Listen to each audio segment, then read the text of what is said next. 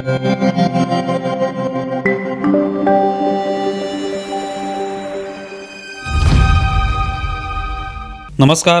News डंकामध्ये मी महेश विचारे आपल्या सगळ्यांचं मनपूर्वक स्वागत करतो। मित्रांनो, महाराष्ट्रातील विधानसभा निवडणुकांमध्ये झालेल्या पराभवानंतर महाविकास आघाडीला प्रचंड मोठा धक्का बसलाय। अर्थात लोकसभा निवडणुकीत मिळालेल्या यशाबद्दल त्यांचा कोणताही आक्षेप नाही, पण विधानसभा निवडणुकीत सुपडा साफ झाला याबद्दल काहीतरी गडबड झालेली आहे अशी शंका त्यांना येते आणि याच्यामध्ये निवडणूक आयोगाने काहीतरी घपला केला आहे असे आरोप तेव्हापासून केले जात आहेत। आता या निमित्ताने महाविकास आघाडीतील सगळे पक्ष किंवा त्यांना समर्थन करणारे पक्ष एकत्रितपणे महाराष्ट्र राज्य निवडणूक आयोगाच्या कार्यालयात गेले। राष्ट्रीय निवडणूक आयोगाने नियुक्त केलेल्या मुख्य निवडणूक अधिकारी चोक्कलिंगम यांच्याशी त्यांची चर्चा झाली। राष्ट्रवादीचे नेते शरद पवार, उद्धव ठाकरे, राज ठाकरे, काँग्रेस नेते बाळासाहेब थोरात, कम्युनिस्ट पार्टीचे नेते अशी सगळी मंडळी आपापल्या तक्रारी शंका घेऊन निवडणूक आयोगाकडे गेली। या सगळ्या तक्रारी या निमित्ताने पुढे आलेल्या आहेत। निवडणूक प्रक्रियेत अनेक दोष आहेत हे खरं आहे आणि ते दोष आजचे नाहीत, अनेक वर्षे हे दोष शंका उपस्थित केल्या जात आहेत। त्यात सुधारणा करण्याची जबाबदारी जशी निवडणूक आयोगाची आहे किंवा निवडणूक अधिकाऱ्यांची आहे तशीच ती राजकीय पक्षांची आहे हे मात्र स्पष्ट होणं आवश्यक आहे। केवळ निवडणूक आयोगावर, आयुक्तांवर किंवा अधिकाऱ्यांवर वोट चोरीचे आरोप करणं, कारभार पारदर्शक नसल्याचे आरोप करणं यातून काही साध्य होत नाही, कारण निवडणुकीत होणारं मतदान हे सर्वसामान्य मतदार करत असतात। त्या मतदारांची काळजी घेणं ही जशी निवडणूक आयोगाची जबाबदारी आहे तशीच ती राजकीय पक्षांची सुद्धा आहे। राजकीय पक्ष त्यातून पळवाट काढू शकत नाही। या सर्वसामान्य लोकांच्या मतांवरच जर या राजकीय पक्षांचं भवितव्य आहे तर ते राजकीय पक्ष केवळ निवडणूक आयोगाला दोषी धरून हात वर करून मोकळे होऊ शकत नाहीत। राज ठाकरे यांनी काही मुद्दे मांडले आहेत। त्यानुसार दुहेरी मतदान, युवकांची मतदार नोंदणी, ज्यांची नावं वगळली ती नावं कोणती, ती वेबसाईटवर का प्रसिद्ध केली नाहीत, राजकीय पक्षांना नव्हे तर सर्वसामान्य माणसाला मतदार यादी का पाहायला मिळत नाही, हा मुद्दा त्यांनी उपस्थित केलेला आहे। परराज्यातून आलेली माणसं महाराष्ट्रात आणि त्यांच्या गावी दोन्ही ठिकाणी नावं नोंदवतात, मग त्यातून घोळ होत आहे। अशी दोन्ही ठिकाणी मतदार म्हणून नोंदणी करणं हा गुन्हा आहे। अशा सगळ्या मुद्द्यांवर राज ठाकरे यांनी भर दिलाय। असे सगळे प्रश्न या नेत्यांच्या आणि त्यांच्या पक्षांच्या मनात आहेत हे खरं असलं तरी वेळोवेळी आपल्या मतदारांची नावं यादीत आहेत का, कुणाची नावं वगळण्यात आली आहेत, कुणाची नावं नव्याने मतदार यादीत घालण्यात आली आहेत, आपल्या मतदारसंघात किती मतदार आहेत, ते वगळले गेलेत का, वाढले आहेत का, हे राजकीय पक्षांच्या प्रतिनिधींनाच पाहावं लागणार आहे। जे त्याबाबत काटेकोर असतील त्यांना निवडणुकीत यश मिळेल, मात्र जे त्याबाबत ढिलाई दाखवतील त्यांना मात्र निवडणूक झाल्यानंतरच त्याचे परिणाम भोगावे लागतील। मग विधानसभा निवडणुकीनंतर अमुक मतदार वाढले, तमुक मतदार कमी झाले, मतदार याद्याच आम्हाला मिळाल्या नाहीत, त्या दिल्या गेल्या नाहीत, हे आरोप हास्यास्पद ठरत नाहीत का? प्रत्येक राजकीय पक्षाचं अस्तित्व हे मतदारांवर अवलंबून आहे।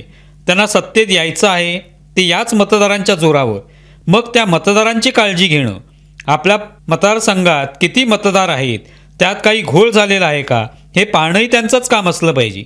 आज सगळे राजकीय पक्ष निवडणूक आयोगाकडे धावले ते चांगलेच आहे, पण मग आपली मतं कमी झाली, लोकांनी मतदान केलंच नाही, त्यानंतर त्यांना झालेली उपरती नाही का? विधानसभेची निवडणूक होऊन वर्षभराचा कालावधी लोटला, त्यानंतर वोट चोरीचे आरोप होऊ लागले।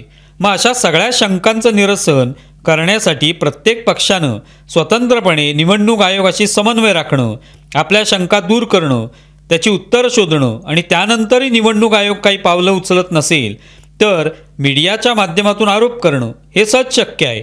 पण केवळ राजकारण करण्यासाठी आपल्या पराभवाचा उपयोग करायचा आणि आपल्या निष्क्रियतेचे खापर निवडणूक आयोगावर फोडायचं आणि लोकांच्या मनात संभ्रम निर्माण करायचा, हे कसं काय सहन केलं जाऊ शकतं?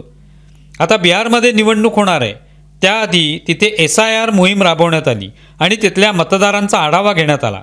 त्यातून काही मतदार वगळण्यात आले, काही जोडण्यात आले।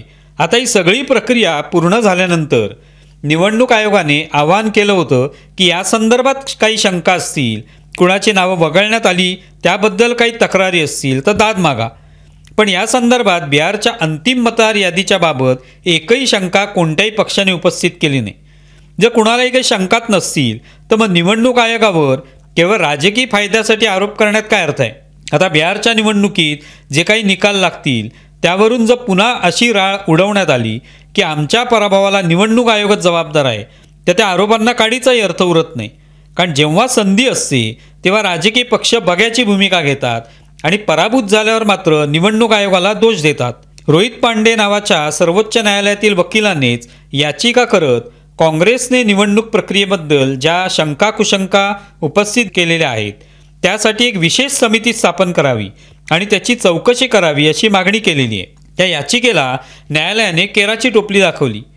न्यायालय म्हणालं की तुम्हाला जर काही शंका असतील तर तुम्ही निवडणूक आयोगाशी संपर्क साधा आणि त्यांच्यापर्यंत तुमच्या तक्रारी न्या. राहुल गांधींनी मागे वोट चोरीचा आरोप करत वेगवेगळ्या शंका उपस्थित केल्या, पण त्यासाठी ते कधी निवडणूक आयोगाकडे निवडणूक आयुक्तांकडे गेल्याचं दिसलं नाही. निवडणूक आयोगाला पत्र लिहिल्याचं सगळेच म्हणतात, पण खऱ्या अर्थाने या पक्ष आणि आयोगामध्ये समन्वय असतो हे काही कळत नाही.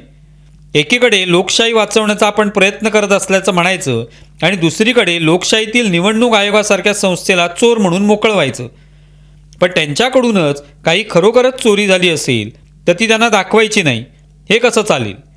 मुळात लोकसभा निवडणुकीत महाराष्ट्रात महाविकास आघाडीला 48 पैकी 30 जागा मिळाल्या. त्यावेळी वोट चोरी का झाली नाही याचं उत्तर अद्याप त्याच्यापैकी कुणीच देऊ शकलेलं नाही.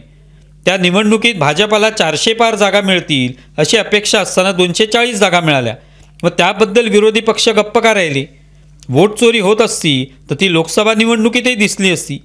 राहुल गांधी कर्नाटकमधील लोकसभा निवडणुकीतील तथाकथित घोळाबद्दल बोलतात, पण त्याच ठिकाणी काँग्रेसचं सरकार विधानसभा निवडणुकीत जिंकलं तेव्हा वोट चोरी का झाली नाही हे सांगत नाहीत. मीडियाही त्यांना सवाल उपस्थित करत नाही. त्यामुळे एकूणच फक्त निवडणूक आयोगाला आरोपीच्या पिंजऱ्यात उभं करून चालणार नाही, तर त्यात राजकीय पक्षही तेवढेच दोषी आहेत. प्रत्यक्ष निवडणुकीवेळी बूथ प्रमुखांना सगळं दाखवूनच मतदानाला सुरुवात होत असते. EVM मशीन्स दाखवल्या जात असतात, सगळ्यावर सह्या होत असतात. मतदार मतदानाला येतात तेव्हाही ते आल्याची पोच प्रत्येक पक्षाला मिळत असते. तरी आपण पराभूत झालो की मग सगळं कसं अपारदर्शक सदोष आहे असा प्रश्न उपस्थित केला जातो. निवडणूक आयोगावर आरोप करून मतं मिळणार नाहीत, तर त्यातील दोष दूर केले, त्यासाठी कष्ट घेतले तर मतदार आपल्याकडे आकर्षित होणार हे राजकीय पक्षांनी लक्षात घ्यायला पाहिजे. शरद पवार तर ज्येष्ठ नेते आहेत, त्यांनी अनेक निवडणुका पाहिल्या आहेत. त्यांनाही नक्की ठाऊक असेल की नेमके दोष कुठे असतात. पण ते त्यांच्या तुलनेत कमी अनुभव असलेल्या लोकांच्या सोबत जाऊन आपल्या पराभवाला निवडणूक आयोग जबाबदार आहे असा अर्थ काढत असतील तर आतापर्यंत जिंकलेल्या निवडणुका याच निवडणूक आयोगाच्या जीवावर जिंकल्या का असं म्हणता येऊ शकतं. तुम्हाला व्हिडिओ कसा वाटला हे जरूर कळवा. आमचा व्हिडिओ जास्तीत जास्त लाईक करा, शेअर करा आणि आमचे यूट्यूब चॅनल सबस्क्राईब करा. धन्यवाद.